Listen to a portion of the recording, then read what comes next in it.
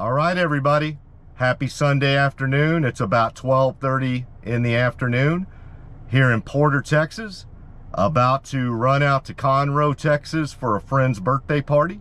And we'll just see how Tesla FSD version 12.5.6.3 does today. Let's go. And here we go. Beautiful day. 83 degrees. Partly cloudy. Blue skies. No humidity. Man, we're gonna pay for this during the summer. All right, come to a 0 mph stop. NHTSA stop. Take our right turn, very smooth.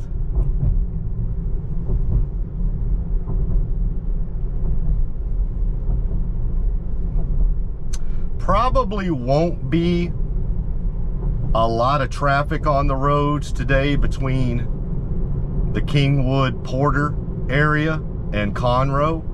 It's about a 35 to 40 mile drive that we're doing today one way. So we're going to do about 80 miles on the road today between here and Conroe.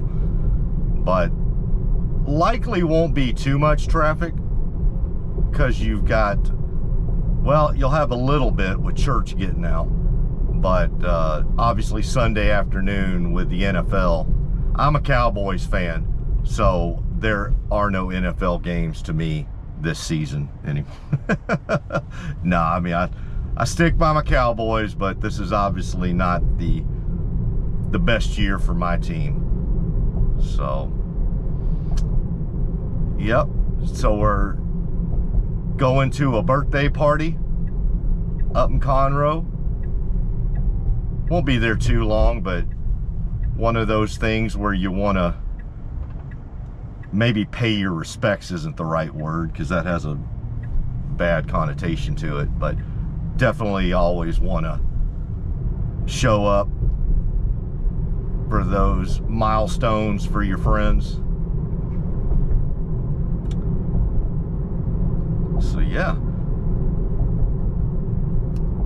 I think we'll be taking 1314 today. For all of those folks that are familiar with the Houston metro area, there's about 3 or 4 ways to get from Kingwood to Conroe. The most traveled route is probably to take Highway 99 over to 45 and take 45 up north. But you know, one thing that Tesla navigation will do is try to find you the most time-effective route. So that's what we'll be doing today. We are completely reliant upon Tesla navigation.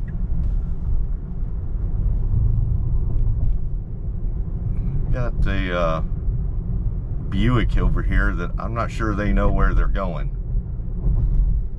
So we're going to give them a little space while they figure it out. That was funny. Did you see the Tesla? I was like, all right, I'm going to get behind you, brother, and I'm going to give you a little space.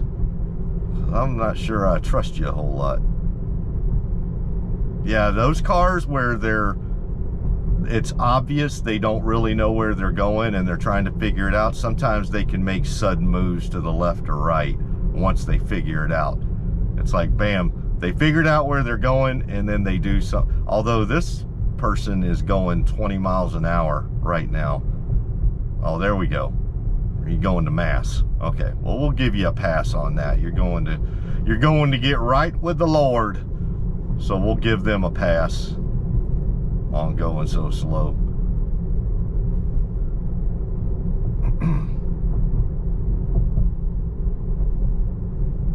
All right, we're coming into a roundabout. We are going to go all the way through the roundabout. Not all the way around it, but all the way through it. There we go. Very, very smooth. Nice. Nice. No other cars in the roundabout, so did not have to contend with that, but very smooth through the roundabout nonetheless. All right, we're going to come up to a 3-way stop here. but there's no other cars.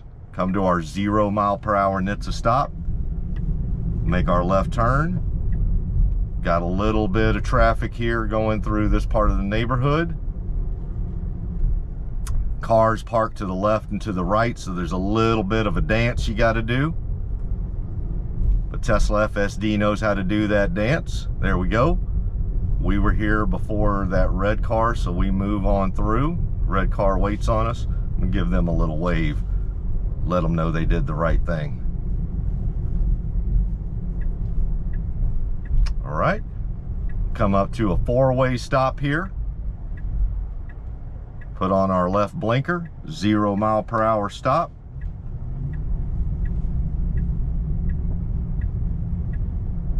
Smooth but cautious. That was a very, very smooth left turn, but about a mile or 2 per hour slower than it needed to be. Now, we did have a car directly to our left that was turning right from their viewpoint, and it's a little bit snug going into that left turn for us, so I can understand being a little bit cautious, but yeah, just felt a little bit like, and again, just a bit, like a mile or 2 per hour below what we could have done pretty comfortably. All right, we are on our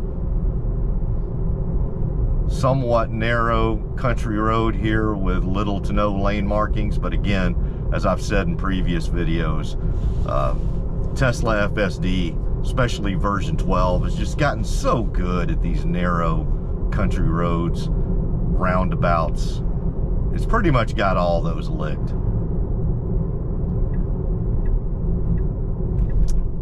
All right, we're coming up to a 3-way stop.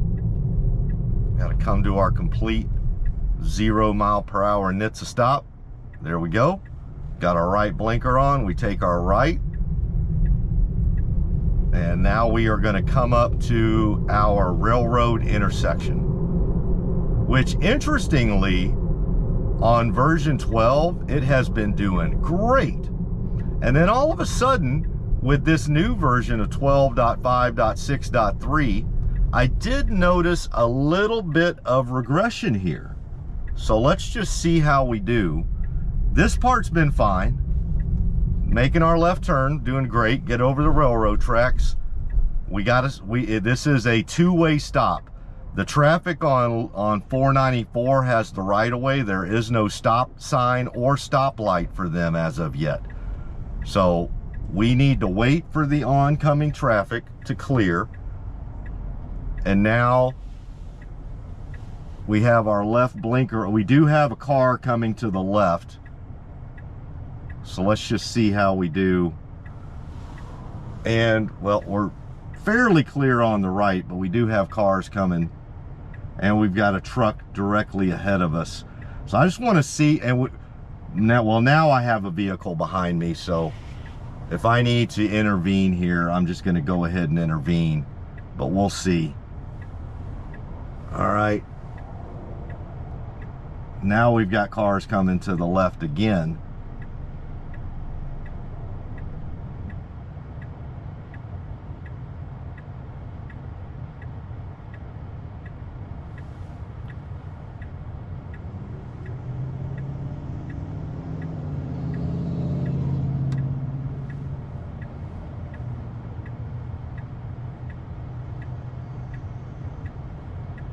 Yeah, it's registering a red light right now. So we should be good right here, and it is not going, so I am going to intervene. I noticed on the user interface, it's showing traffic lights there. So again, what I don't know is if this is a regression in 12.5.6.3, or if this is just an issue with those traffic lights. There's brand new traffic lights there, as you can see. They were put up there about 2 weeks ago, and they have not been turned on yet. But as you can clearly see from my screen, FSD was registering it as a traffic light and that we had a stoplight. Well, because those lights aren't operational yet, at that particular, where I'm at in that intersection right there, it would just stay there all day. So I hope they get those two things that I hope happen. Number one, I hope the city and the county get out here and turn those doggone lights on at some point. That's number one. And number two, we need Tesla FSD. Let's see, we're trying to get over. We do. Great job. Excellent job. Great job getting all the way. We did have some traffic behind us, but we were able to get in front of them and maneuver through that. So great job getting up on the highway. So yeah, two things. Please, Montgomery County, come out and turn the lights on. I think it's been longer than 2 weeks now. I think it may have been 3 weeks now. So I don't know what it takes to turn stoplights on, but you're causing a lot of confusion. And it's not just, look, let me get beyond Tesla FSD. You're causing confusion for everyone out there. I see it every single time I go through that intersection. Folks don't know whether to disregard it or to treat it as a four-way stop. And somebody's gonna get rear-ended on 494 if y'all don't come out and turn on that stoplight. At least just put it on the blinkers so that folks know they need to keep going on through on 494. Anyway, I'll get off my soapbox on the non-FSD stuff. Now, back to FSD. Tesla AI. There are going to be situations where cities, counties, municipalities, whatever, they're going to construct new traffic lights. And they're not going to get the traffic lights turned on immediately. So we're going to have to be at a place where the software can recognize that situation. Now, the correct thing to do there is to totally disregard it. And I did look up the rules. I don't know about other states, but I know about the state of Texas. And the reason why I looked up those rules is because I go through that doggone intersection every single day, at least once, probably twice. So, yes, the correct way to treat a traffic light that has been installed but has not been put into operation yet, like literally zero operation, not even blinking reds, is you disregard it. Well, obviously, as everyone can see from the user interface, we did not disregard it. We treated it like that traffic light was completely operational and that we had the red light. So what was going to happen there, if I didn't intervene, we would have just been there all day long. So you can't have that situation with a robo-taxi, with an unsupervised service. You're gonna have to work your way through that. Now, I don't know if something like that, because maybe those scenarios are so few and far between that maybe you don't need to bake it into the software immediately. Maybe you can take some time to train that in, but you're gonna need some sort of monitoring system to help with that. And I don't know if that's like a, off-site supervisor over the internet, because obviously you don't, for something like that, you don't need 100% latency. And what I mean by 100% latency is I don't need it to be like real time, full latency, like I'm right there with you. Because that's not a life and death situation. Yeah, are you gonna get honked at if you don't move for 5 seconds? Of course. But is it gonna be life or death? No. So you don't even need full latency for that. But if you're gonna treat that like an operational stoplight in an unsupervised world, you're probably going to need some sort of mechanism to get that vehicle to move within 5 seconds or so. All right, well, that's my diatribe on that. I want to take up the entire FSD drive here.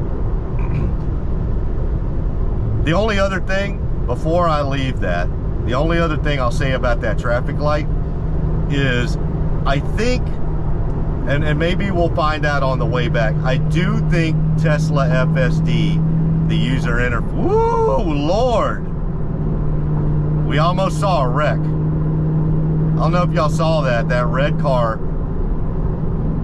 just pulled right in front of that minivan, or that SUV, I should say, with no room to spare. That is an a-hole move, and you almost caused a wreck. So here I am going on for 15 minutes about a damn stoplight that's not operational yet. And then I witnessed that at 85 miles an hour. Yeah. So anybody out there that's commenting about, well, I'm the one commenting. So anybody else, let me comment, not you. Anybody that's gonna crap on Tesla FSD for not moving at a stoplight, Exhibit A for why this is still the most amazing software that's out there, and it's going to change the world. Yes, did I just spend the last 10 minutes railing about it not properly addressing a non-operational stoplight? Yes, I did. But on the flip side, it's going to help mitigate that. Ooh, we got something going on over there. The 5-0 got him somebody. And of course, the guy has no shirt on. Let me paint the picture. He's got basketball shorts on, long basketball shorts all the way down to his knee.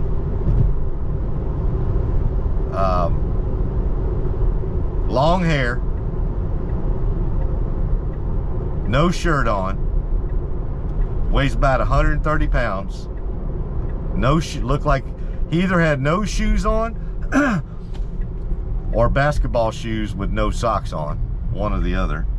Like I said, long hair. Looked like white Jesus. Like the 5-0 got him a white Jesus. But unfortunately, you'll see that quite a bit around here. Meth is a son of a gun. Let me take a swaller.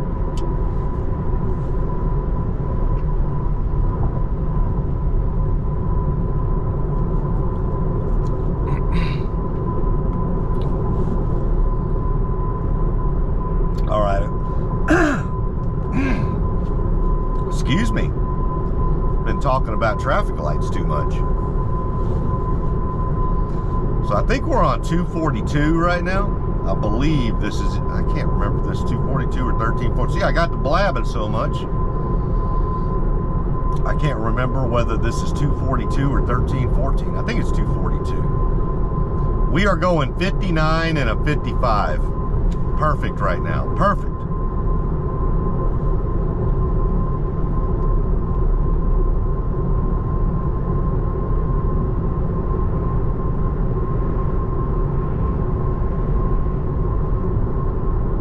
One other thing I'll say about that traffic light. Montgomery County.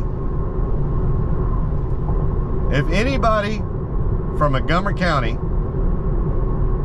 that's in charge of that traffic light sees my video, which I believe there's probably a 0.00001% chance anybody from the Montgomery County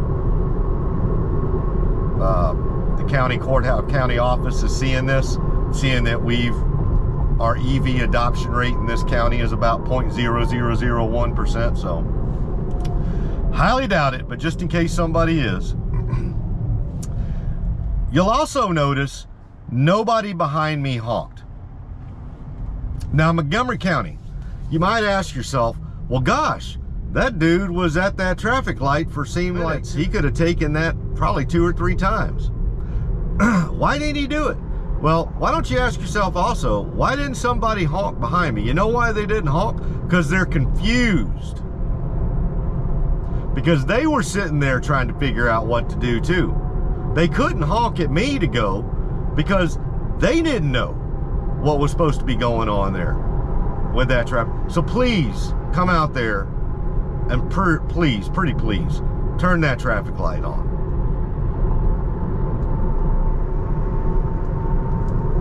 I implore you, Montgomery County. Anyway, all right, now done.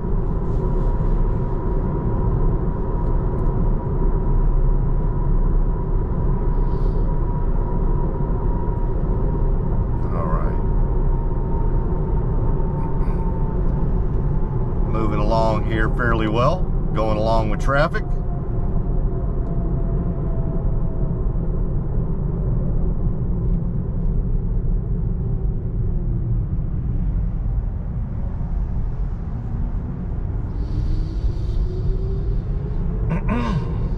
Advanced Freight now hiring. They need a whole lot of straight truck drivers and semi-truck drivers. And when I say straight truck drivers, I mean straight trucks, not preference. I guarantee you they hire any and all truck drivers. All of them. So when I said straight truck drivers, I meant a driver of a straight truck. Just to make that clear. And a straight truck, just so anybody doesn't know what that is, it's everything that's not a semi. So when you see a semi, that's where you have that big old diesel truck that, well, they're all diesel, but it's the load that it's carrying is connected to it. Right? It's not part of the truck itself. Whereas a straight truck is one that's basically one whole unit. So that's a semi right there. See? They're carrying a load, but that load is connected to the cab, not one whole unit. And we'll probably see a straight truck here in a second too. Straight truck is where it's all one unit. So like a newspaper truck or something like that. So again, was not talking about the preferences of the drivers themselves.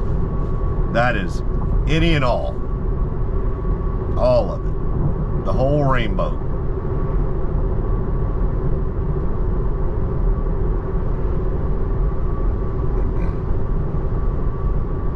Yeah, beautiful day today.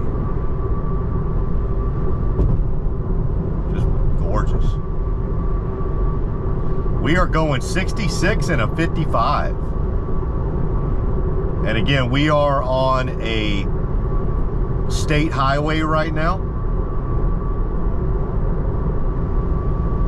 So 66 and a 55 on this road is not abnormal.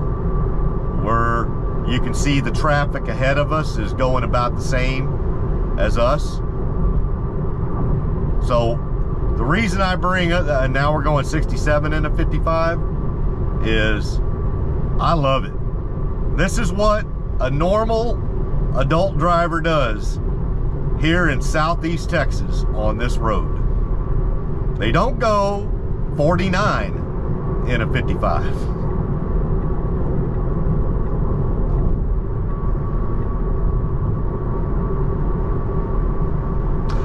And I know that I have documented it or described it in previous videos, and I also have it as a boilerplate description for almost all of my videos. Ooh, that's roadkill right there. Fortunately, it went right in between our tires, but man, did not look too good there. But my specific settings for Tesla full self-driving supervised version 12.5.6.3 is as follows. I am in the hurry mode. So there are 3 modes to Tesla FSD now. Well, there's always been 3 modes, but there's 3 new modes as of this version. So it just started with 12.5.6.3.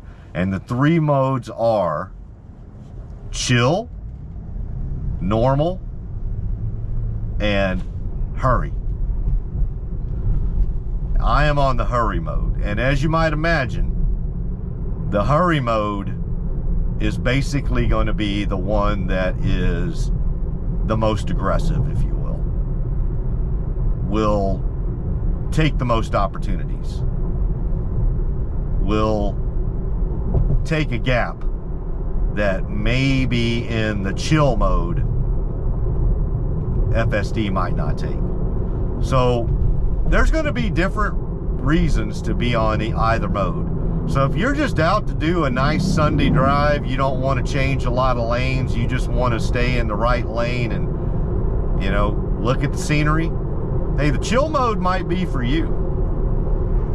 But as I've said in previous videos, I like to put it on hurry mode, not just because that's kind of the way my personality is anyway, from a driving profile, but because I do these FSD videos that I like to share with all of y'all, I want to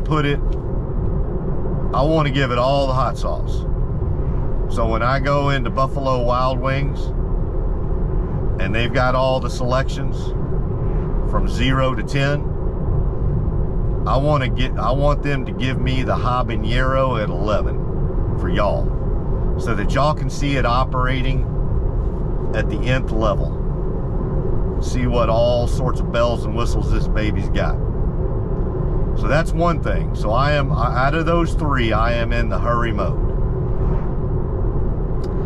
Secondly, Tesla FSD Supervised also has what's called automatic set speed offset. And what that means is that FSD will select the speed that you travel at under all circumstances, city and highway. Now that we are on the neural net, end-to-end neural nets for everything, city and highway. And in that automatic set speed offset selection, you can determine what percentage offset that you want. So you can go 0% all the way up to 50%. And what that means is that you are allowing FSD to not only select the speed for you, but you're allowing them to set the offset from the speed limit that you're willing to allow it to go if traffic is going faster than that speed limit. So at 50%, you are basically saying, FSD, I'm not only going to let you select the speed for me, but I'm going to allow you to go as high as 50% more than the stated speed limit to match traffic around me. But that's the highest you can go. You can't go 50.1% or higher, only 0 to 50. And so I've selected 50. One other thing I'll mention about that is it does not mean that automatically it's just going to revert to 50% over the speed limit. No. It's going to mainly revert to the traffic around it. So even though I've got it set to 50%, if I'm in a 55 and traffic around me is going 63, well, it's probably not going to go much faster than 63 or 65. So it's not going to go like to 80, right? it's not going to go the full 50%. So it's the primary governor is the traffic around you. And then the next governor is, all right, you told me 50%. Buckle up, Bubba. Here we go. So again, I've got it set to 50%. Because like I said, in my Buffalo Wild Wings analogy, for the purpose of these videos and for your benefit, I've gone in there and I've said, give me the habanero at 11. So we got all the bells and whistles going. We've got this baby turned up as far as it can go for the attributes that we have at this point on the supervised model of Tesla FSD, at least the one that we have as customers and the Tesla community.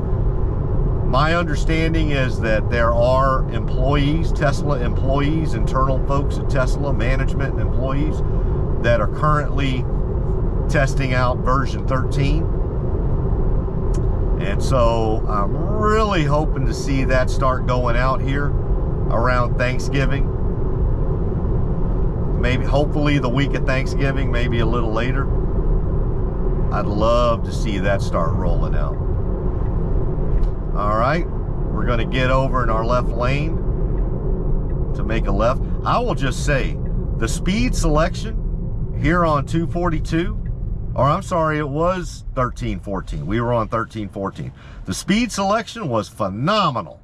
Tesla AI, at least for the 10 to 11 miles that I was on County Road 1314, farm to market here in East Texas, you knocked it out of the park. It was perfect. So much so that I was sitting here talking about Buffalo Wild Wings and habanero sauce. That's how good you've dialed it in. All right, we're about to take a left here on Creighton Road, or I should say Crichton Road. All right, we got a protected left.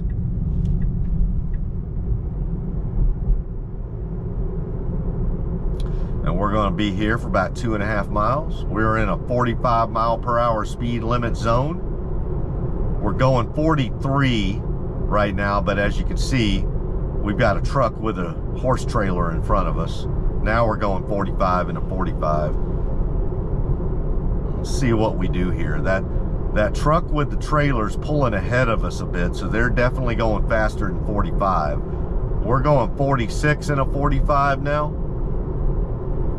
So, I don't know, 47. Maybe we're allowing that truck with the trailer to get a little space before we start. I mean, we're going 47 into 45, so I'm not going to complain about that much.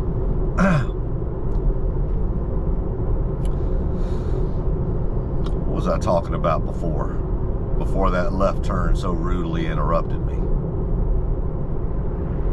Yeah, I think we were talking about the automatic set speed offset. I think I was done with that. So I've got that going. And then the third thing, which is not an FSD specific thing, it's a Tesla navigational thing, but it feeds in, it's symbiotic with Tesla FSD. So in the Tesla navigation, you can select to let Tesla navigation dictate your route, like provide you with the most time effective and efficient routes. And so I've done that. But not only do I have that switch toggled to yes, please navigate me, but I've got it set to reroute me if it finds another route that's 1 minute faster or more. So if it finds a route that is 61 seconds faster than the one I'm on now, it's going to reroute me. So again, all the bells and whistles. Habanero turned to 11. Don't worry, I'm gonna put that analogy to bed for a while. I think I've overused the habanero sauce analogy quite a bit. We're going 48 and a 45 right now. Got a nice little gap with the truck and trailer in front of us. So we could go a little bit faster, but again, This road does have some curves here. Like, in other words, right here, got a curve that's basically recommending that you slow down to 35 to go through here. We do not do that. We stay at 47, 48. But quite frankly, I didn't feel uncomfortable at 47 through that. So it recommends 35, but I didn't feel very uncomfortable at all taking that at 47.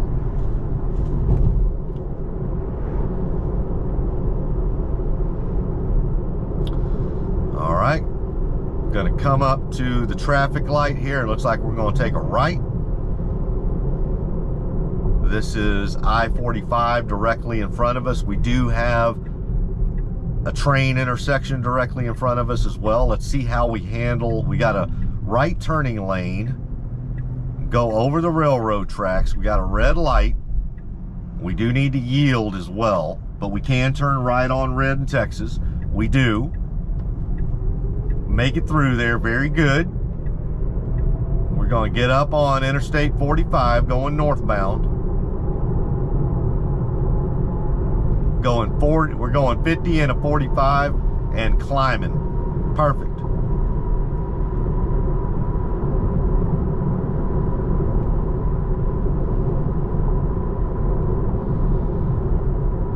All right, put on our left blinker now that we're cleared. No solid white line anymore, so we can get over. We do have a car directly behind us, and that is the 5.0, so don't do anything crazily, Tesla FSD. We got Montgomery County's finest right behind us. And I'm gonna stop looking into my mirror because I don't want them to think I'm trying to hide something. All right, we are up on the 45 ramp, and Montgomery County's fine. That's Conroe ISD. That's not the same truck. So Montgomery County's finest still down there. Got Conroe's finest right there. All right, we are firmly up on Interstate 45 now. We're making our way over to the left to get into the faster lanes. Going 72 and a 65 right now. Staying up with traffic. The traffic is a little bit faster in the left lane, left passing lane. Although, on this stretch of I-45, I would not call that a passing lane. I would just call that another lane. People do not treat it like a passing lane.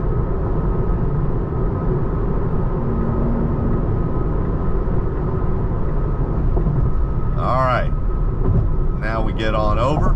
Let's see if we start climbing a bit. Yeah, we do. We're now going 74 and a 65, but we need to leave a little bit of gap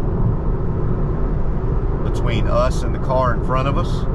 So even though we are on hurry mode, it's not like we act like idiots. We still leave a sufficient gap between us and the car in front of us in case something bad happens and the brakes need to be engaged. 75 and a 65.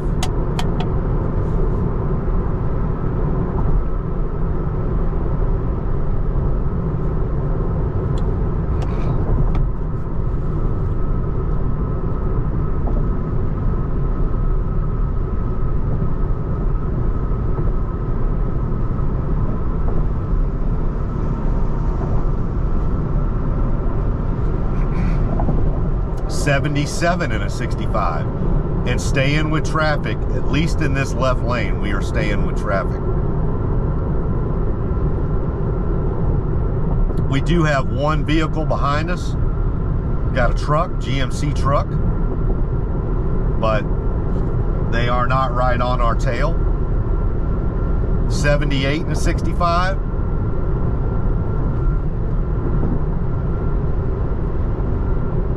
.79 in a 65.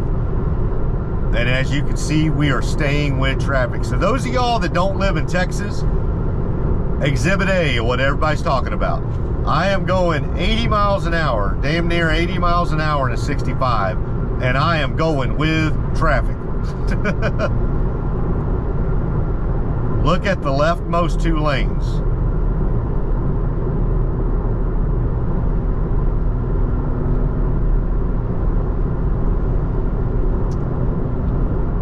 All right, we are about 1.5 miles from our exit, so I presuppose that we will start maneuvering over to the right here in a little bit.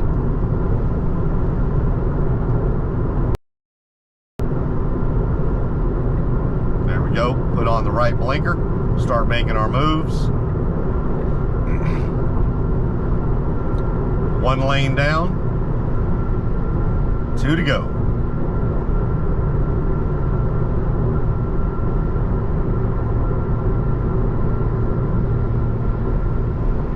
Got about 1 mile. Put on our right blinker. 2 lanes down. 1 to go. Put our right blinker on again. All lanes down. Now, I'll be the first to admit, that wasn't the most difficult maneuver across 4 lanes of traffic on a highway. Oh, I take that back. We may have 1 more lane to go. So 5 lanes of traffic. Yeah, I think we got 1 more and we need to go. There we go. Put our right blinker on. Get on over. Great job. There we go. 5 lanes of traffic in 1.5 miles. But I'll be the first to admit that was not the most difficult 5 lanes of traffic. Man, it's just so smooth coming into this off-ramp. Man, so much different than previous versions. Again, there were no interventions with off-ramps on previous versions, but it was a bit robotic. Man, 12.5.6.3 is just buttery smooth when you're taking those off-ramps. Totally human-like, not jarring whatsoever.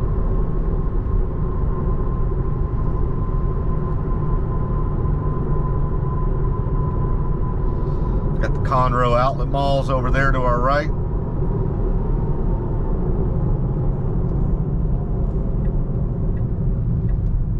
Got our left blinker on. We're going to take a left underneath the bridge up here and get in queue. Not sure if we're going to make it through the next traffic light. Queue here is pretty long, but we'll see.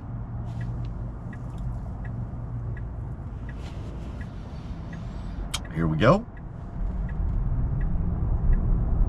At League Line Road. Let's see if we can make it. You gonna stay up for us? There we go. Good job. I mean, not good job. Just did what you're programmed to do. But anyway, thank you.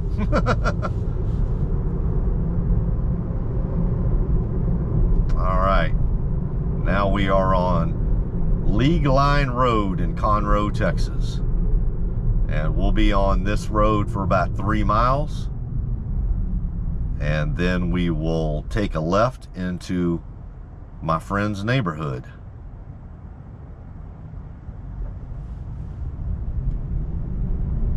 May be able to see Lake Conroe from the front windshield as we're coming in. Depends on how cloudy of a day it is. A little cloudy today, so may not be able to see it perfectly. All right. Folks thinking about moving over into the turning lane and then they don't. Now they do.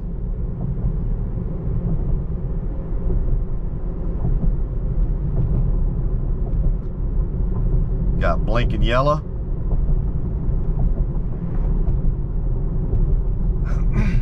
We are at, excuse me. Man.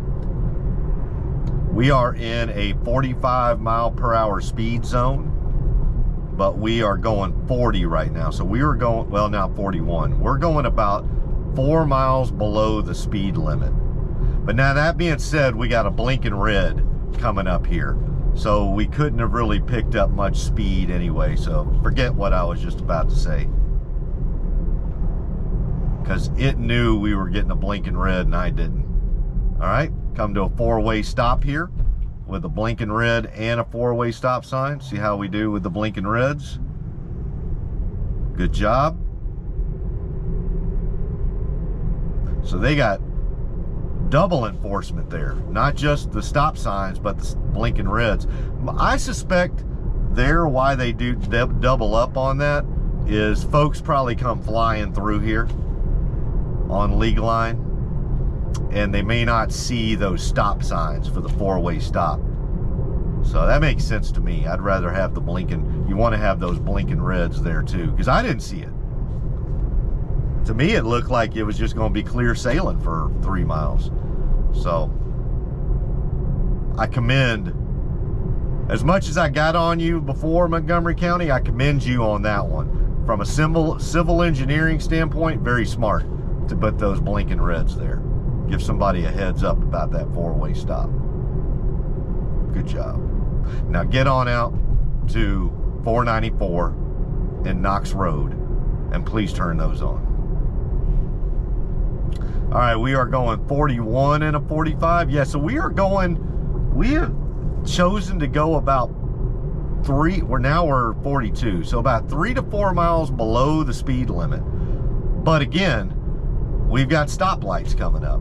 So I'm not sure, it just does not want to go through here very fast. And what I have ascertained quite a bit is if there's no cars around you, sometimes it'll go anywhere from 3 to 5 miles per hour below the speed limit. And as you can see, I have no cars around me right now. None in front of me and none behind me.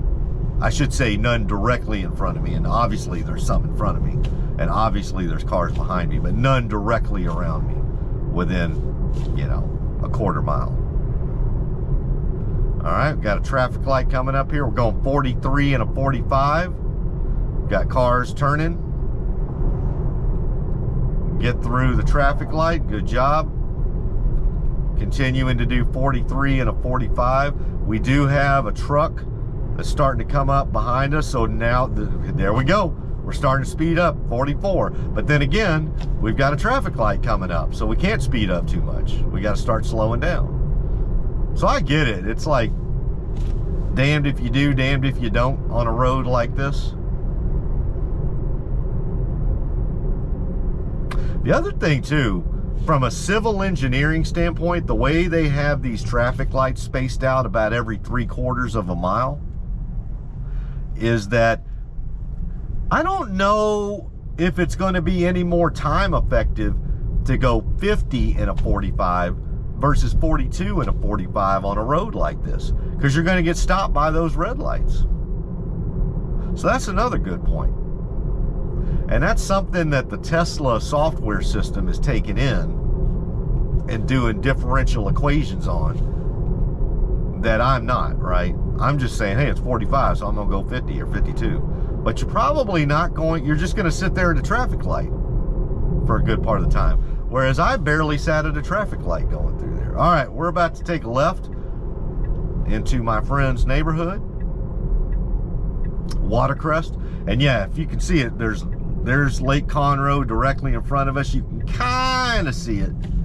Beautiful lake, beautiful lake. One of the biggest lakes in the state of Texas. A lot of people like moving out here, living along the lake, my friends included.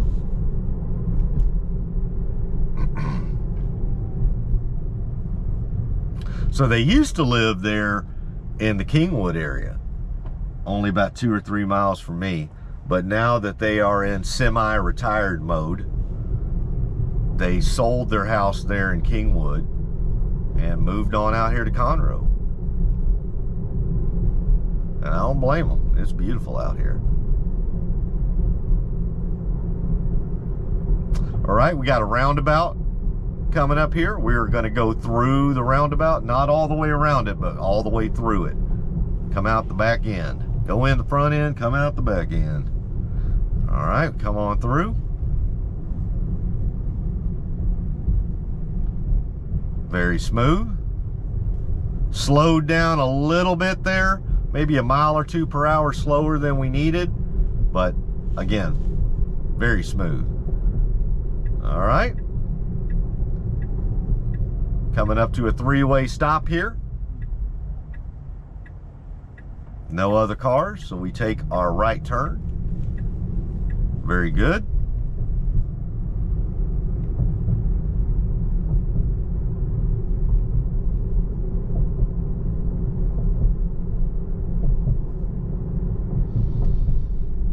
Got a four-way stop right by the community center or the Lakeview Club. No other cars, so we take our turn.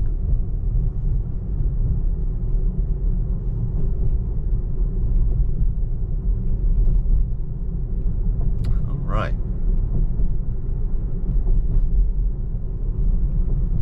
Got a one-way stop up here. The traffic on Blue Coast going left to right does not have a stop sign, so they have the right of way. So we come to our 0 mile per hour stop, and I'm gonna end it over here by the mailboxes before I head over to their house for obvious reasons. So anyway, yeah, it was a great drive. So no critical interventions. We had one non-critical intervention for me to do a quick 1 second push of the accelerator to the accelerator pedal to help it get through that confusing railroad intersection at the corner of 494 and Knox Road, where they have the traffic lights installed but they don't have them turned on yet, and the Tesla FSD software system was clearly showing it as a traffic light with a red light. So I had to intervene to help it get through that.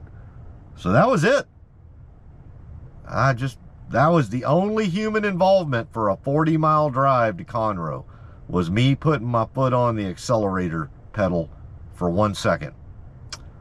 All right, well, I'm gonna go head on over to my buddy's house, my friend's house, enjoy this birthday party, and then we'll be back on the road in a little bit, heading back home, and I'll document it all. All right, everybody, hope y'all are having a great Sunday afternoon. Bye. All right, everybody, how's everybody doing? Hope your Sunday afternoons are going well. Just got done at my friend's birthday party, so now it's time to leave Conroe and head on back home. Let's go.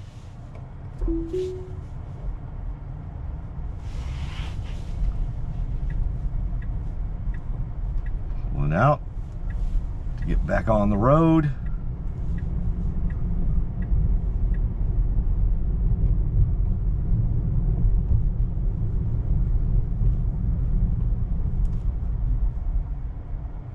Come to a four-way stop.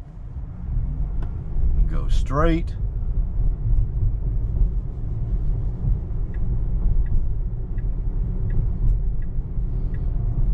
Take a right turn here. We have the right of way.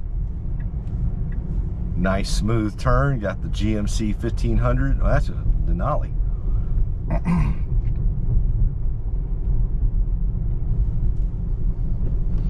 Couple of trash cans on the side. We get around those. Come to a one-way stop. We're going to take a left turn. Get out on the main road for my friend's neighborhood.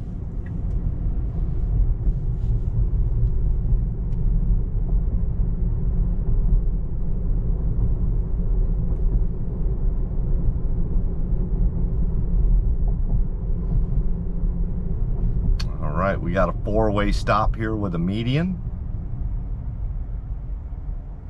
Come to a stop.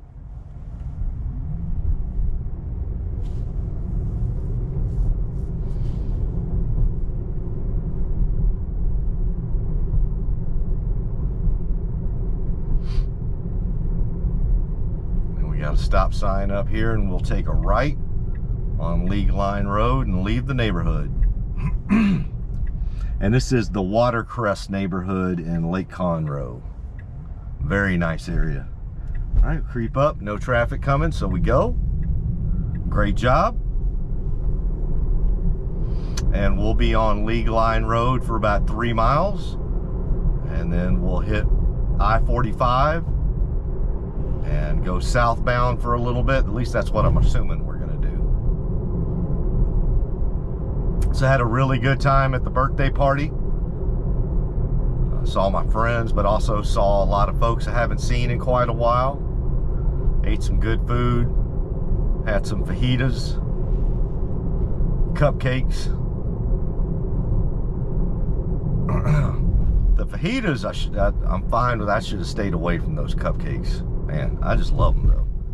But at my age and my metabolism, I should not be eating cupcakes. But man, they were good.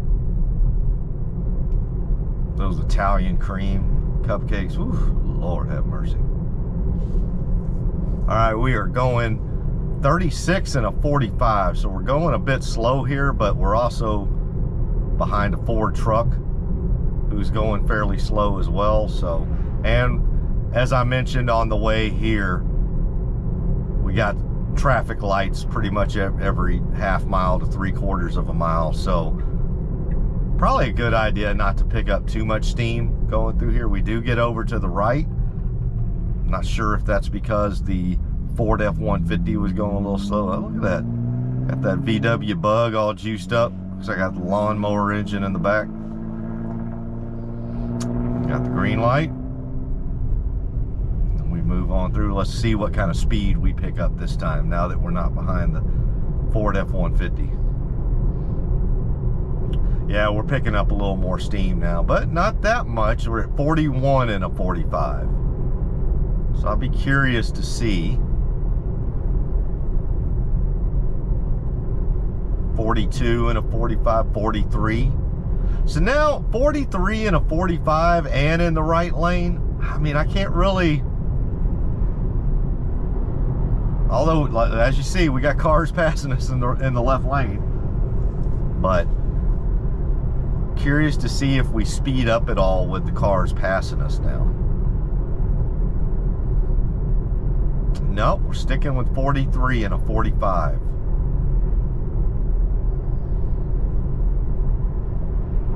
Yeah, on this road, I'm just a bit hard pressed. Like I said, just because we've got traffic lights. In fact, we got one coming up here in a little bit. Or I think we do.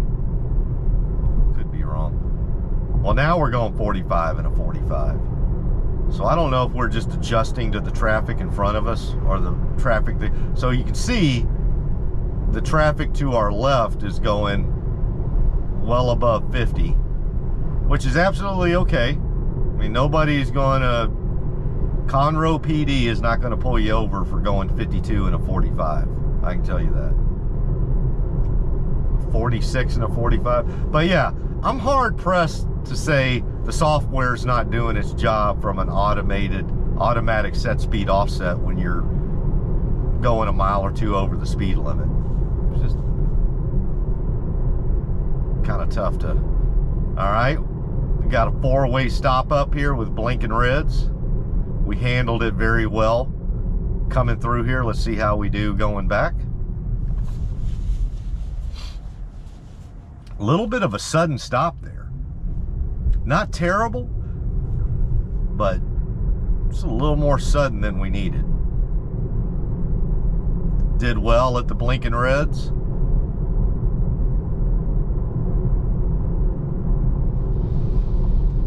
All right, got about another half mile, and then we'll hit I-45, and we'll go southbound on I-45 for a little ways.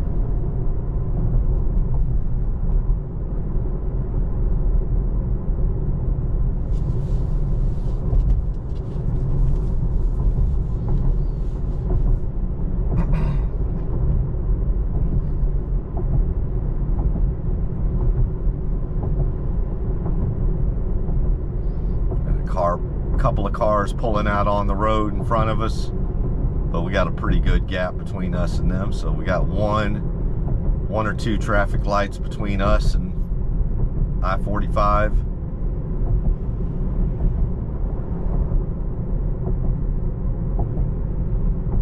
All right, put our right blinker on, get into the turning lane here to get onto the 45 feeder. No cars coming, so we can keep continuing on. Even though we got the yield sign, there's no cars coming, so great job. Great job. Yield does not mean stop when there's no cars coming down the feeder. All right, let me check out our speed here. So we are in a 45 mile per hour zone and we are going 40 right now. All right, we're picking up a little bit, 42, 43.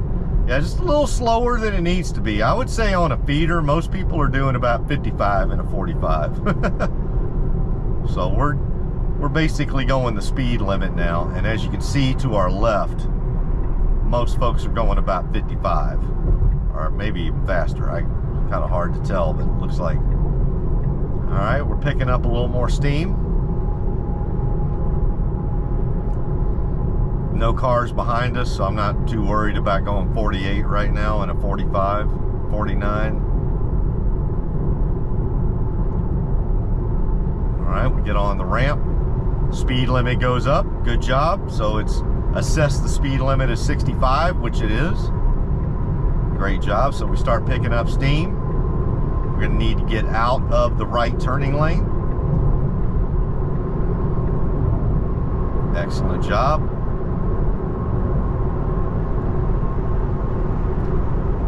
Should start moving over further to the left here in a little bit, but we got the Ford F-350 right there cat-a-corner to us, so we move over behind them, move over again, we're clear, pick up some speed, 77 and a 65. So see here on the highway, man, it's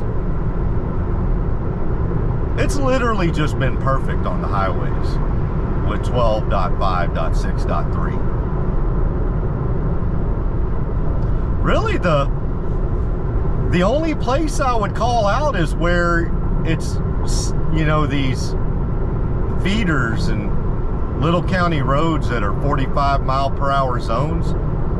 Those are the ones that, if I was going to pick on the speed selection, I'd pick on them.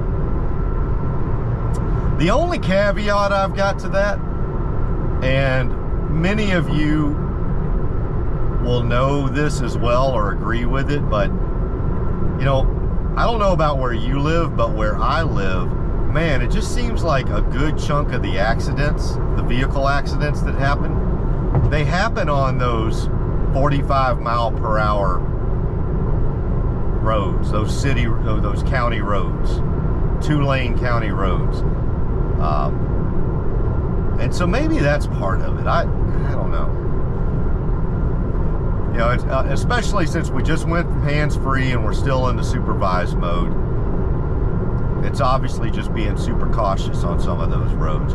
But man, I tell you what, when we get on the highway, it goes the opposite direction. It's got all sorts of confidence here on the highway. At least from what I've seen. And again, I've had it for, I want to say about almost 3 weeks now. And everything on the highway is just damn near perfect. I mean, not just from an intervention versus no intervention standpoint, but I'm talking about from just the driving nuance, the feel of the drive. Just feels better than a human on the highway.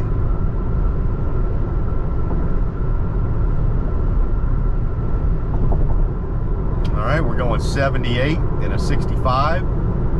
We are kind of camped out in the left lane, but as I mentioned on a previous video, this section of 45, I would definitely not call this the passing lane. It is just not treated as a passing lane. Nobody who drives I-45 from between Conroe and downtown Houston, this section of 40, nobody treats this as a passing lane.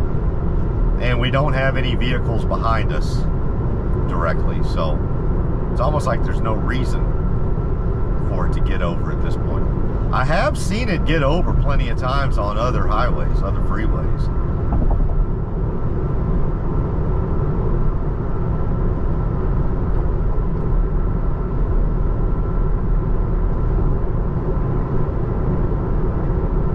All right, starting to, we got our right blinker on because we know we need to start making it over to the right. We got about a mile before we need to get off of I-45 onto Crichton Road. Let's see how we do. Made it over one lane. Made it over a second lane. Get it behind that GMC Sierra. Got one more lane we need to go. Get over behind the Jeep. Great job. Got about a half mile. I think we're going to need to make it over one more lane, but obviously we got to wait until we get the ramp lane, the off ramp. Here we go.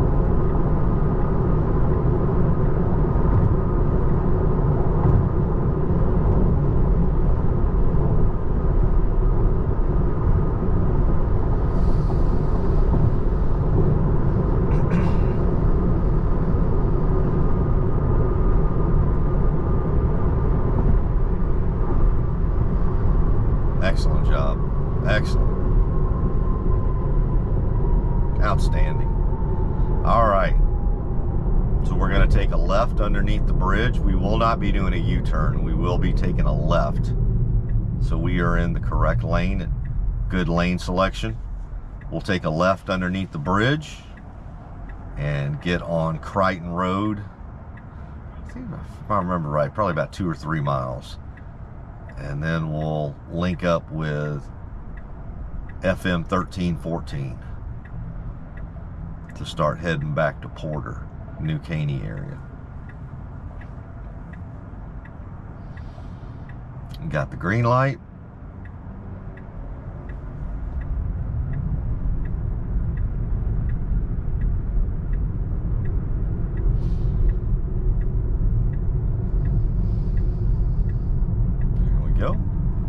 Good turn, very smooth, stay in our lane, great job. All right, slowing down a little bit here, got some congestion, moving over the railroad tracks. Excellent job. Got a merging lane, but I don't see anybody in the other lane to merge with, so we're good there. Yep, and we'll be on Crichton for about 2.5 miles. Probably won't have much of a chance to see how the automatic set speed offset does on this road, because as you can see, we got a little bit of congestion up ahead. We'll just see. Doing about 40 and a 45.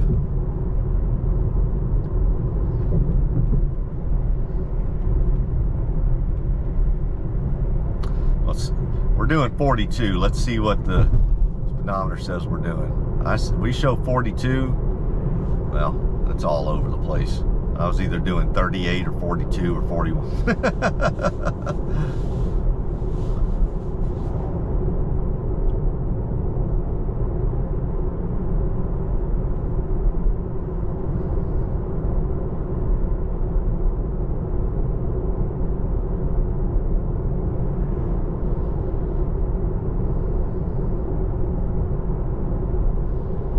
Got about another 1.5 miles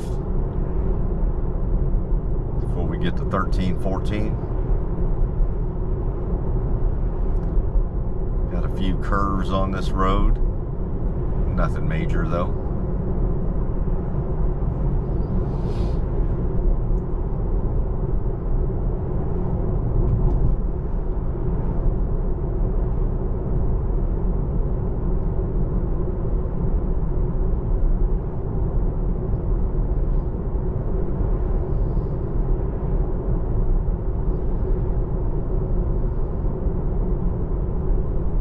Got a stoplight up here that we got to work through.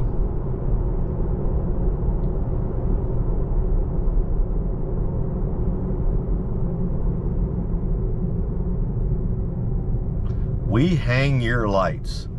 Yep, starting to see those signs out. Folks that'll hang up all your Christmas lights outside. It's actually a pretty good little part-time gig for a couple of months.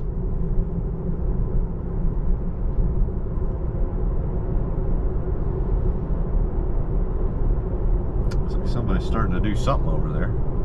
Oh, sorry, I looked away too long.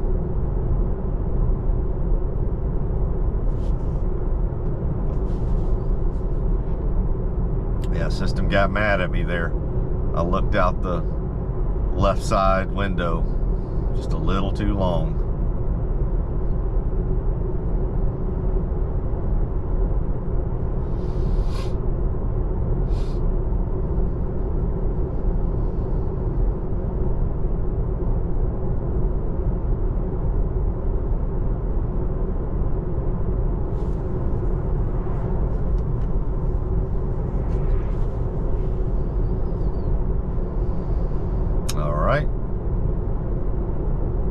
Coming up to 1314 here, and then we'll take a right. Well, first we're going to slow down a bit. Man, somebody, see, that's what happens when everybody tailgates one another. All of that happens as a surprise.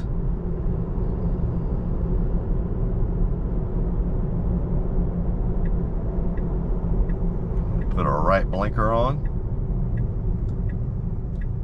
Got the green light.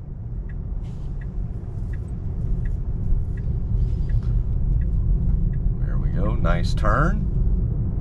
There we go, stay in our lane, and we are firmly on FM 1314, farm to market. Got a 55 mile per hour speed zone. We are up to 52. No traffic behind us. One car in front of us, but we got a pretty good gap with them. So we'll just see how this automatic set speed offset does here along 1314. It did really, really good coming here. Like, I would say the whole way here, it had really good speed selection. All right, now we're up to 54 and a 55.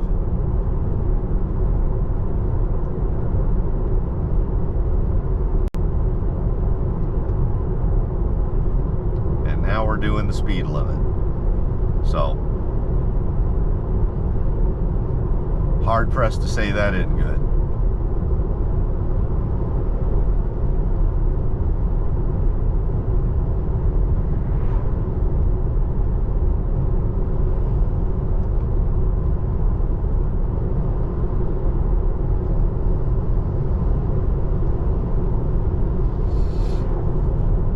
Yep, we'll be here on 1314 for about 15 miles, so we'll definitely get a chance to see multiple scenarios of the automatic set speed offset. So far really good. We're now doing 58 and a 55, so it just needed some time to pick up a little speed there. So we're doing good on this stretch, this first stretch.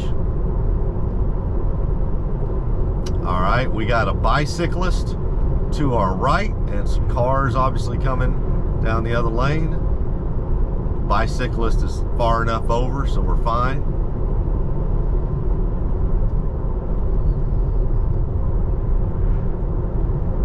Got blinking caution lights. Handle those very well. We maintain our speed. No slowing down.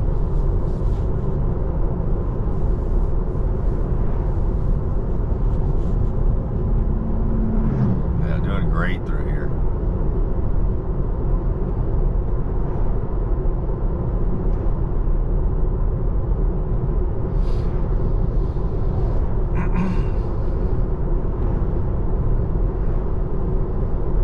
Yes, I had a great time at the birthday party. Like I said, met a lot of folks that I haven't seen in years. Some of them close to 10 years. So really good to see those folks. Had one of the kids at the birthday party really loves Tesla, and so when he heard that I was coming, I was the only Tesla person there. I was the only person in a Tesla, so that came up in conversation. I'll just put it this way. The household I was just in for the last 2 to 3 hours, is, they're the group of people you're going after.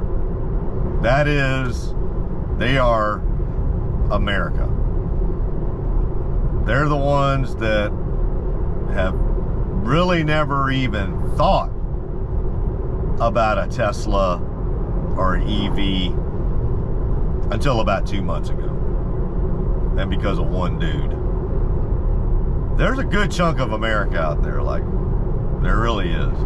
So anyway, so one of the folks that I've known for a long, long time, her child, 12-year-old son, is just, he loves Tesla. He loves the Cybertruck. He loves Elon. He's, you know, check the box. You know that kid. You know that 12-year-old boy that just, you know, probably got a post, you know, just wonderful kid. So yeah, I took him out and had him and his mom and his aunt in my, put him in my Tesla, had him up front, and let him ride in a Tesla for the very first time. And so a 12-year-old boy got his very first ride in a Tesla today. And I showed him full self-drive. And so he loved that. But you know what's funny? The thing that, the two things that lit up his eyes the most are that even though I don't have a Cybertruck, that I've been able to drive one. So just the fact that I've been able to drive a Cybertruck 2 times was like, to him, like, he just loved that. He loves the Cybertruck. And then I would say the second thing, even more so than FSD, was the video games. It's so cute. He loved the fact that you can play video games in your Tesla. So yeah, he's that kid. You know who we're talking about. He's wonderful, wonderful young man. So, and I got that on video. So I'll do that. I want to make sure, you know, he's 12. So I just want to make absolutely sure I'm not going to include that in this FSD drive. So I'll do a separate video on that. But as you could imagine, I want to take some extra care taking a look at that video again before I upload anything. But I do have that, and it was really cute getting to take him for his very first ride in a Tesla and let him see FSD, actually get to experience it. And so he loved it.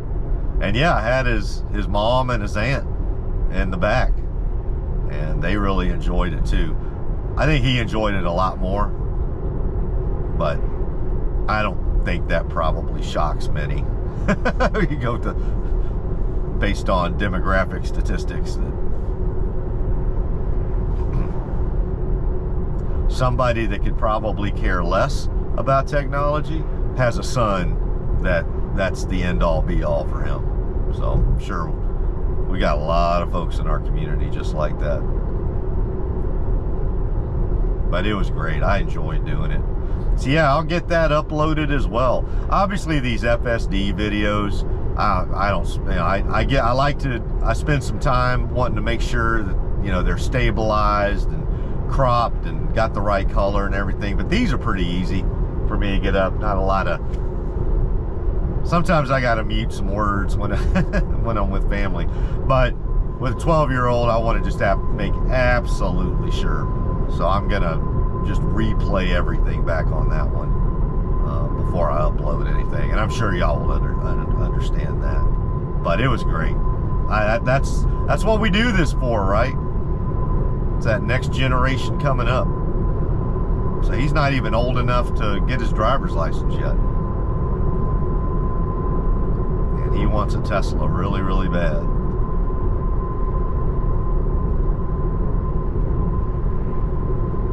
All right, we are going 59 and a 55. So we're doing good. 60 and a 55. So yeah, we've been on 13, 14 for about 6 miles now, and we got about 9 miles to go. And so far, its speed selection has just been phenomenal. Perfect.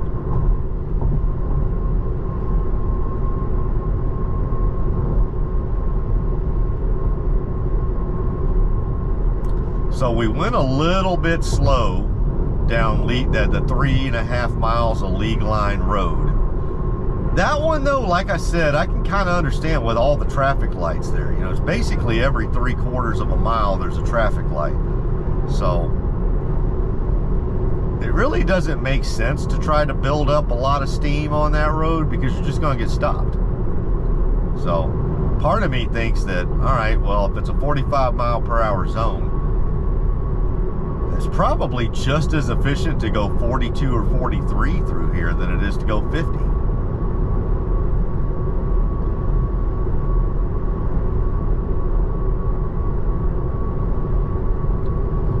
I'd be curious about that. Somebody'd have to do like a time study.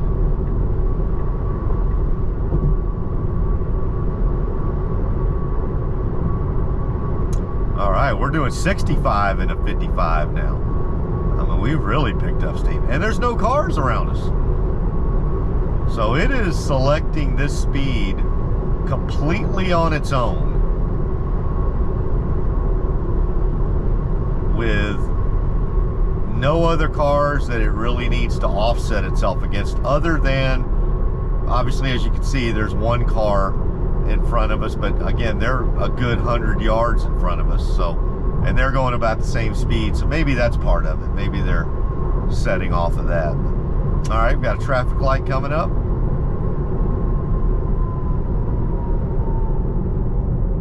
Slow down. Good job. That was very, for as fast, you know, we were going 65 and a 55, and I will tell you, that was a smooth stop. There was no suddenness to that stop. That was better than a human would have probably done. Had a human been going 65 there and then needed to stop for a stoplight, I don't think it would have been as smooth as what FSD just did. So that was great.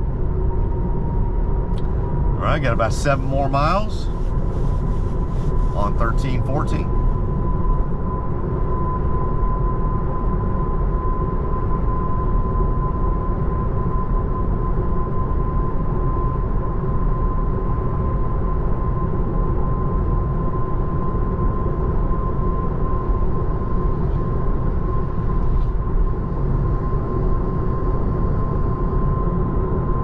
Got another traffic light coming up.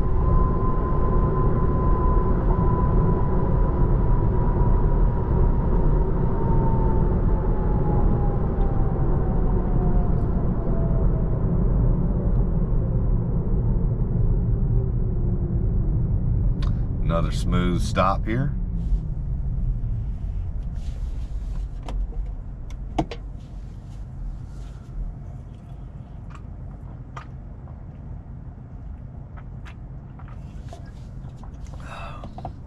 Get a quick swallow there.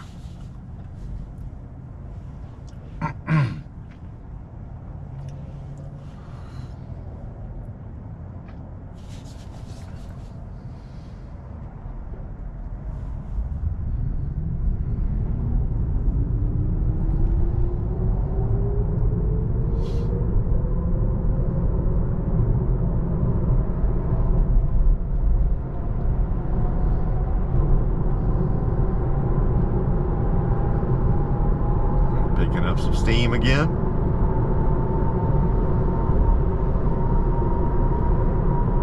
Back up to 55. We got a slow moving straight truck, 2 cars ahead of us, so let's just see how we handle that. We're going 57 and a 55. Let's see if we try to move over to the left.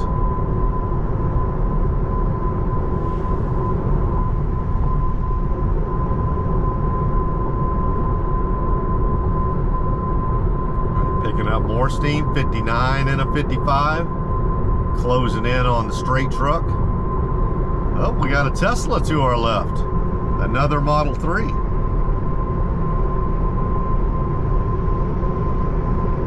Nice.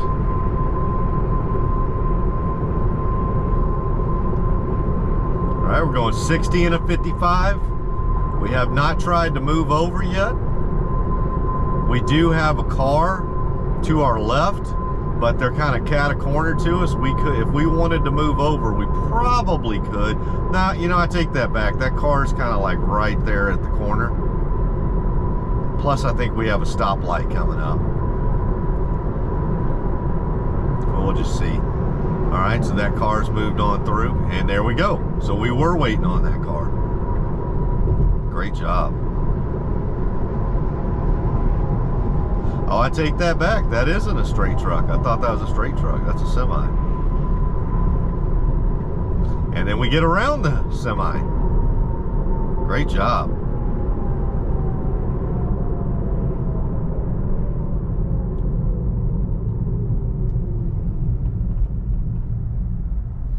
Well, we've got about 4.5 more miles here on 1314.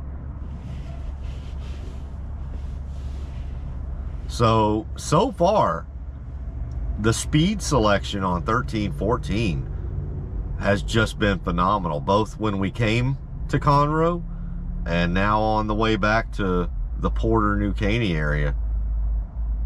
It's been outstanding. And I'm talking about 15 miles worth of just rural county road. So I guarantee you there is not a lot of video data of cars driving, of Teslas driving down FM 1314. I can guarantee you that. So it is just doing a phenomenal job of decision making.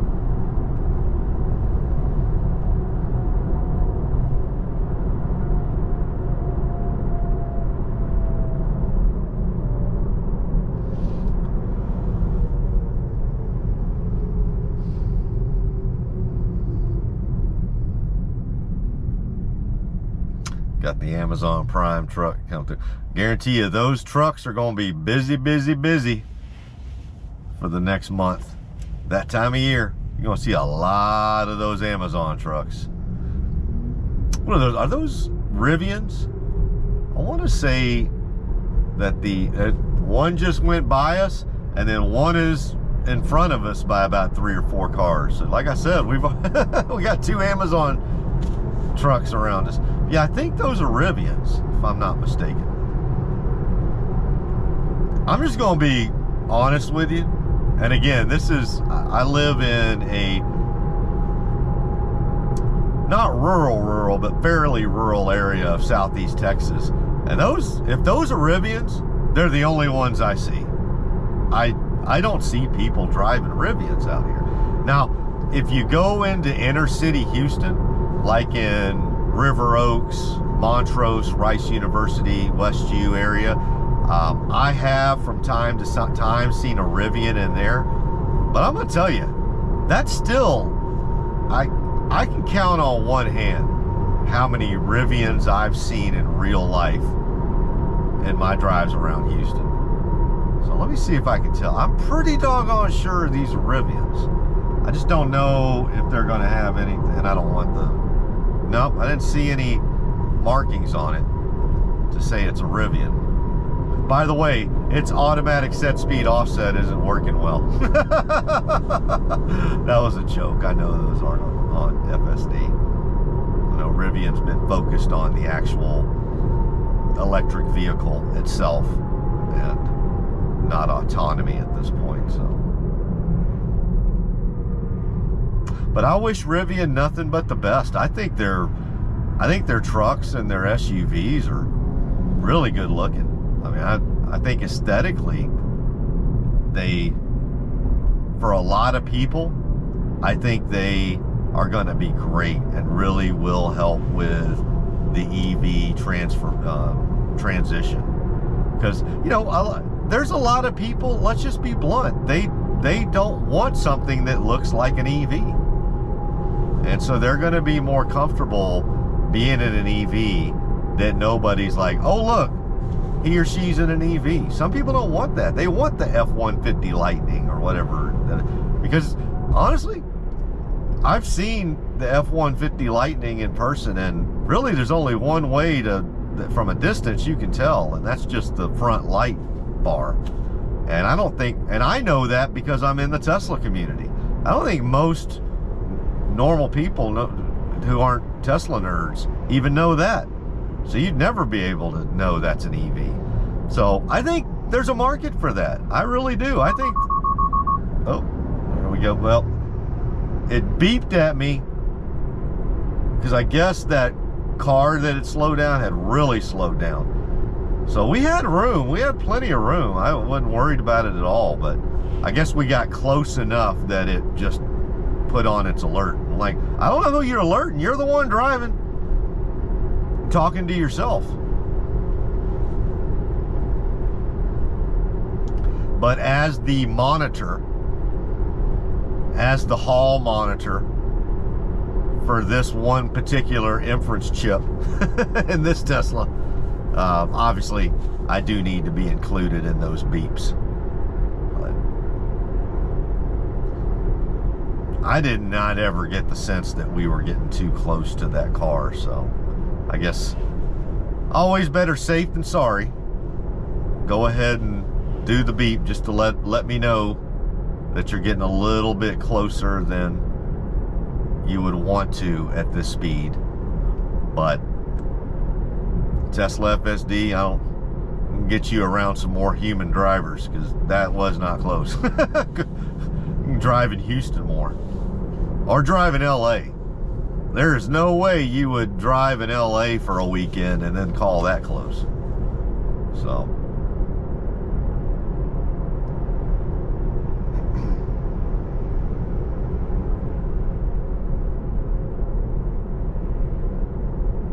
but yeah, going back to Rivian and F-150 Light, I think there's a market for that. I think there's going to be a certain time period where folks, depending on the price and some of the other incentives, would actually entertain getting an EV, but they just don't want something that looks like an EV. They don't want to. They're the exact opposite of the folks that bought Teslas 10 years ago. They don't want to advertise to people that they just bought an EV. It's like, yes, I bought an EV. Shh. There's a marketplace.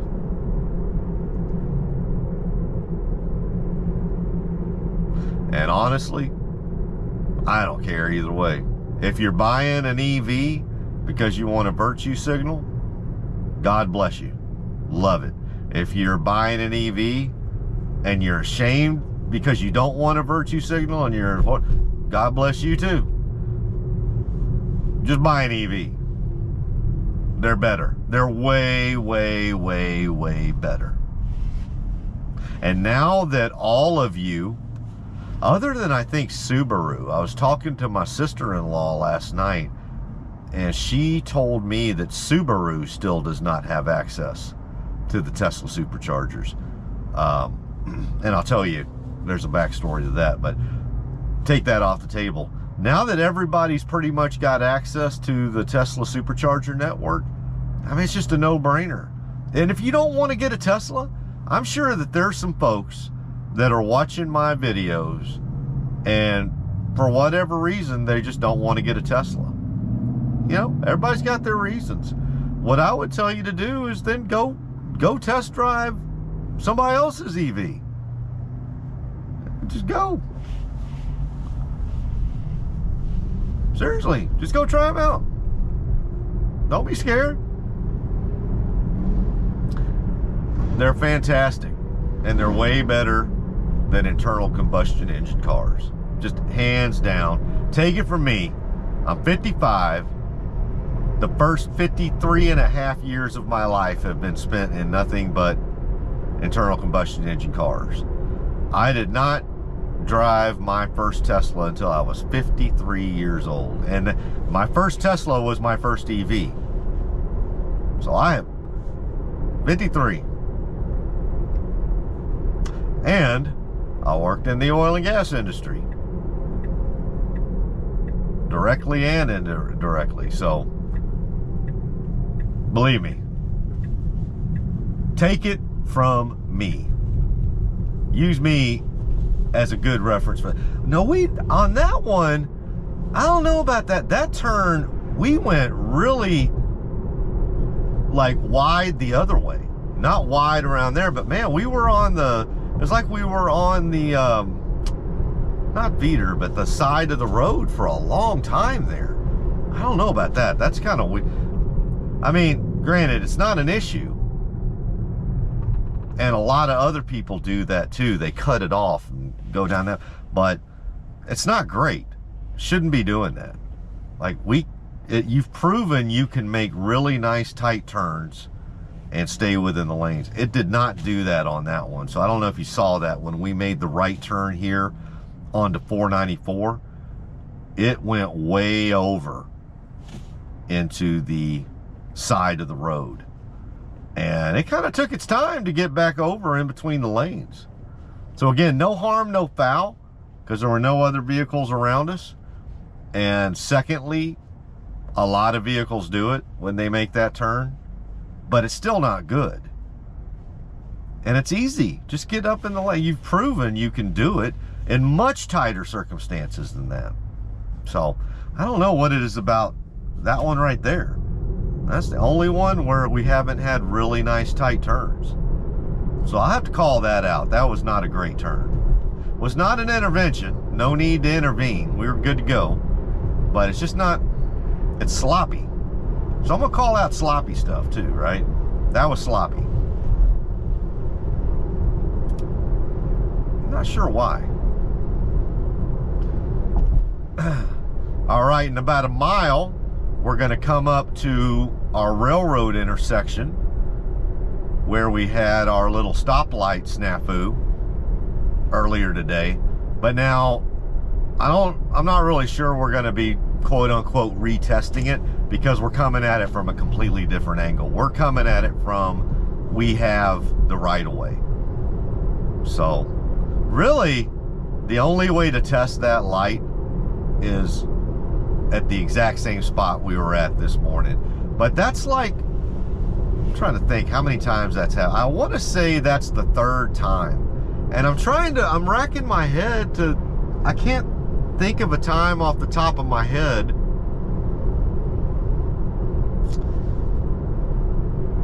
Yeah, it's like 50-50, because I think there are some times where it's done it, where it's gone ahead and, but I'm trying to think, I think those other times where it did it, we were making a right onto 494, and you can turn right on red in Texas.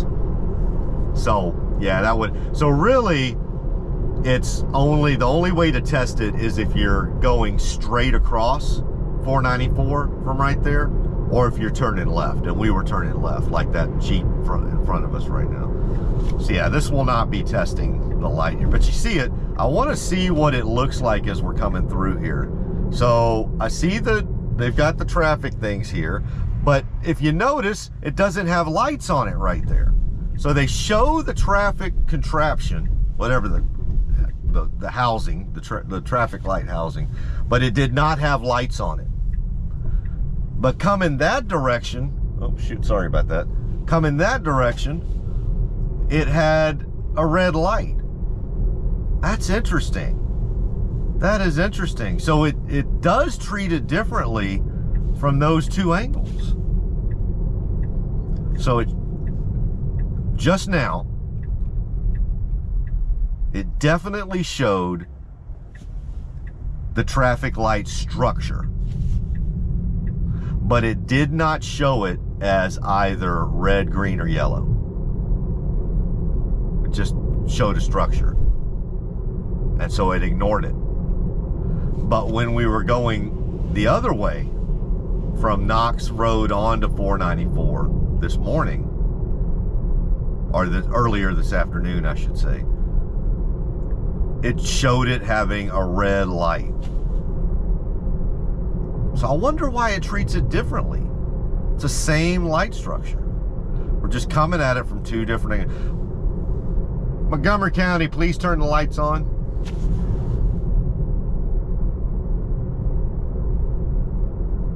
Anywho, obviously this is not the most important thing in the world, but it's just, man, it's interesting. Those little things, the way the same software and the same intersection, you'll see two completely different outcomes in your user interface, depending on which angle you're coming at that intersection from. I just find that interesting.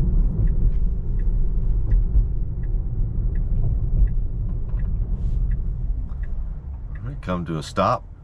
Little bit of a sudden stop. Not bad, but just not the smoothest either.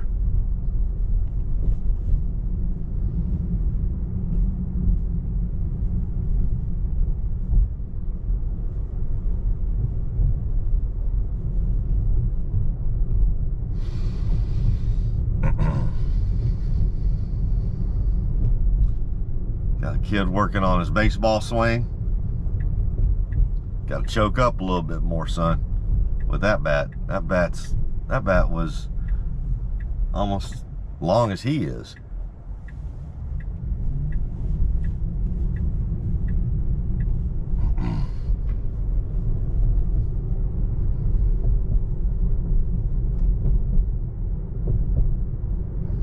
All right, we're going in the roundabout.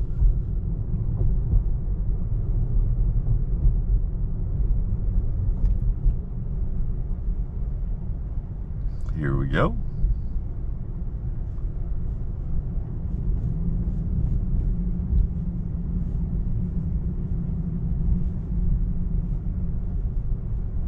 Coming out. Car coming off. Very smooth. That was extremely good. That was extremely good. Very, very, very smooth. Continuous.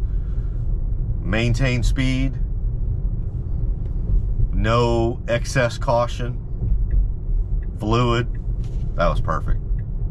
Didn't overreact to the SUV coming into the roundabout. All right. Look around for cars oncoming because they have the right of way. Got a young couple to the right on their early evening walk.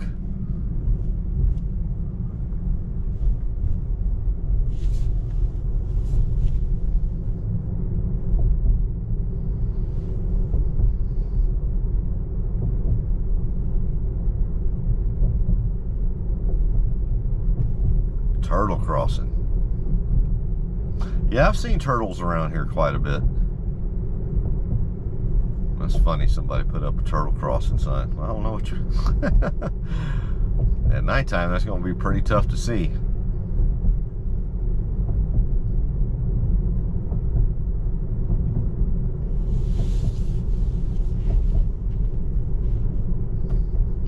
All right, stop up here by the mailboxes here in a second. Check to see if I need to get out of the way. Anybody, doesn't look like it.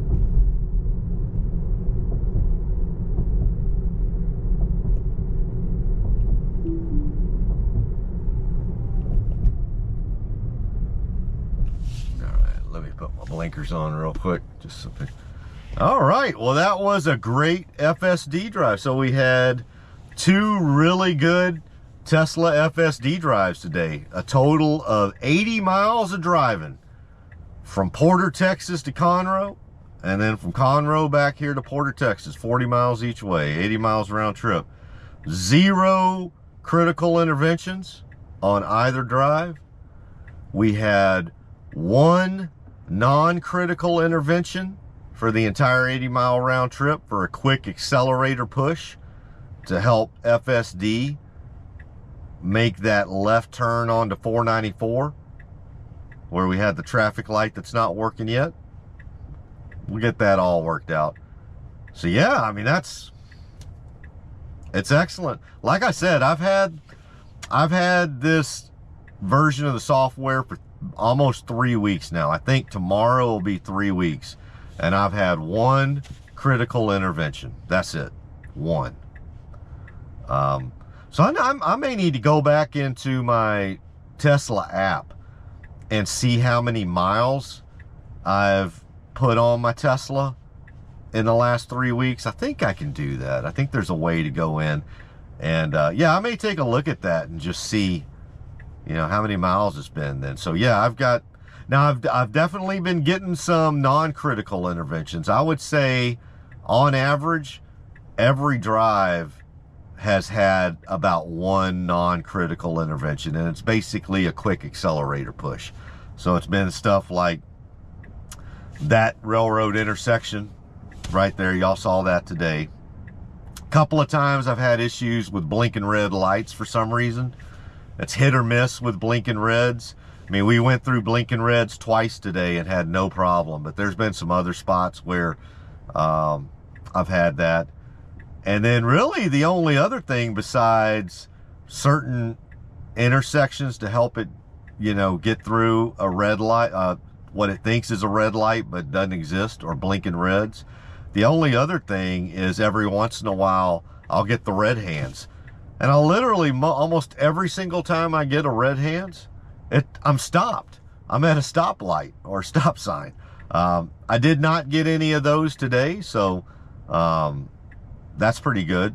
Made it 80 miles today without getting any red hands anywhere. But like I've said before previously, the red hands don't concern me, because that's obviously just the system, you know, basically reaching out to you at certain points and just saying, hey, instead, I know I nagged you, but here, I really want to know you're here.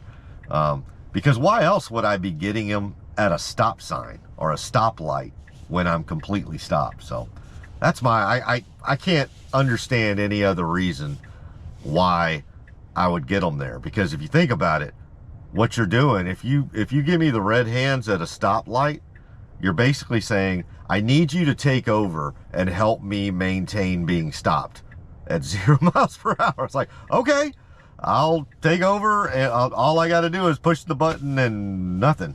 So it's like I literally don't even put my feet on it. So I don't fully understand the red hands, but I don't want to spend a lot of time trying to understand it, because I know it's going to be irrelevant soon.